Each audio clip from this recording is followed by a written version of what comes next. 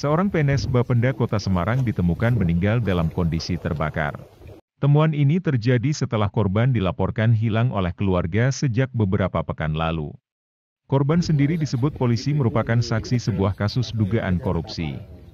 Pria bernama Iwan Budi Prasetyo tersebut ditemukan meninggal terbakar bersama sepeda motor yang ia pakai terakhir kali terlihat sebelum hilang.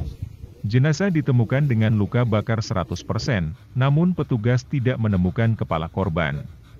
Korban yang merupakan PNS di Semarang tersebut dipanggil berkaitan dengan kasus dugaan korupsi hibah 8 bidang tanah di Kecamatan Mijen. Dalam kasus ini, terdapat alokasi dana senilai 3 miliar rupiah, namun baru digunakan sekitar 300 juta rupiah. Sehingga Iwan sedianya akan dimintai klarifikasi. Polisi mengatakan ada kemungkinan kasus ini menyeret banyak orang.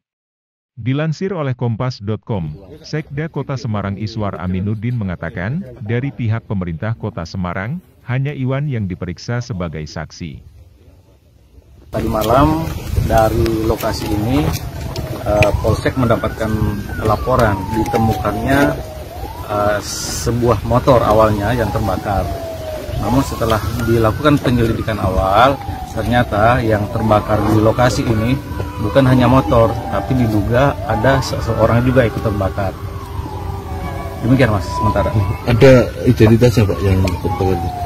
Kendaraan yang terbakar itu masih meninggalkan plat polisi, itu plat merah, plat dinas, diduga motor Mio, platnya H9799. Ya. Dari penyelidikan plat nomor ini, indikasinya motor atas nama siapa? Kalau plat kendaraan ini adalah plat yang digunakan oleh saudara Iwan Budi yang dilaporkan hilang tertanggal 24 Agustus 2022, kurang lebih 14 hari yang lalu. Tapi untuk kepastiannya benar Pak ya, jenazah siapa itu Pak? Kepastiannya kita masih menunggu proses pemeriksaan forensik, karena ini harus dibuktikan dulu apakah yang meninggal ini Iwan atau bukan. Kalau kendaraannya diduga kuat ya, karena identik dengan nomor plat, nomor rangka, nomor mesin itu sudah identik. Kemudian selain itu ada juga pin plat nama, NEM, ya, itu ya, name tag. Bukan, papan nama atas nama Iwan Budi P. Nah, apakah ini Iwan Budi P atau bukan? Nah, kita masih menunggu kepastian melalui pemeriksaan forensik dan tes DNA. Kondisi yang terbakar itu seperti apa? Kondisi kendaraan maupun orang terbakar 100%.